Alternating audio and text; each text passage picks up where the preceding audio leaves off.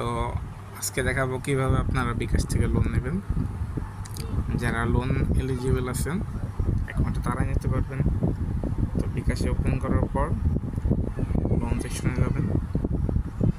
আপনার যে পরিমাণ লোন লিমিট আছে সেই পরিমাণ আপনি লোন নিতে পারবেন। যেমন আমার এখন 50,000 লোন নিতে পারবো। তো এখানে আমার নগদ কাটতেছে 383 টাকা, সরি 287.50 টাকা।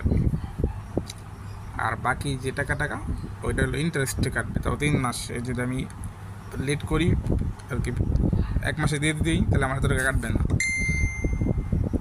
এই হলো বিষয়। লোনটা নিলাম,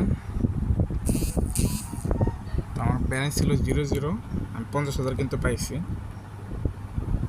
এই 49,712 টাকা। বাকি যে টাকাটা ওইটা কেটে নিছে। যাক আমার লোন চলে আসছে, দেখেন লোন দিয়ে দিচ্ছে আমাকে। এই ছিল বিকাশের লোন। ইমার্জেন্সি টাইম অনেক কাজে লাগে।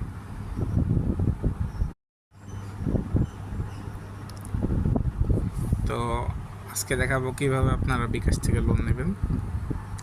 যারা লোন এলিজিবল আছেন একমাত্র তারাই নিতে পারবেন। তো বিকাশে ওপেন করার পর লোন সেকশনে যাবেন। আপনার যে পরিমাণ লোন লিমিট আছে সেই পরিমাণ আপনি লোন নিতে পারবেন। যেমন আমার এখন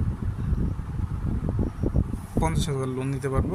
তো এখানে আমার নগদ কাটতেছে 383 টাকা, সরি 287.50 টাকা।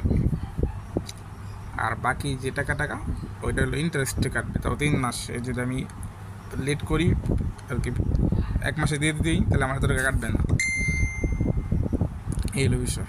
লোনটা নিলাম, তো আমার ব্যালেন্স ছিল 0 আমি 50,000 কিন্তু পাইছি, এই 49,712 টাকা। বাকি যে টাকাটা ওইটা কেটে নিছে। যাক আমার লোন চলে আসছে, দেখেন লোন দিয়ে দিচ্ছে আমাকে।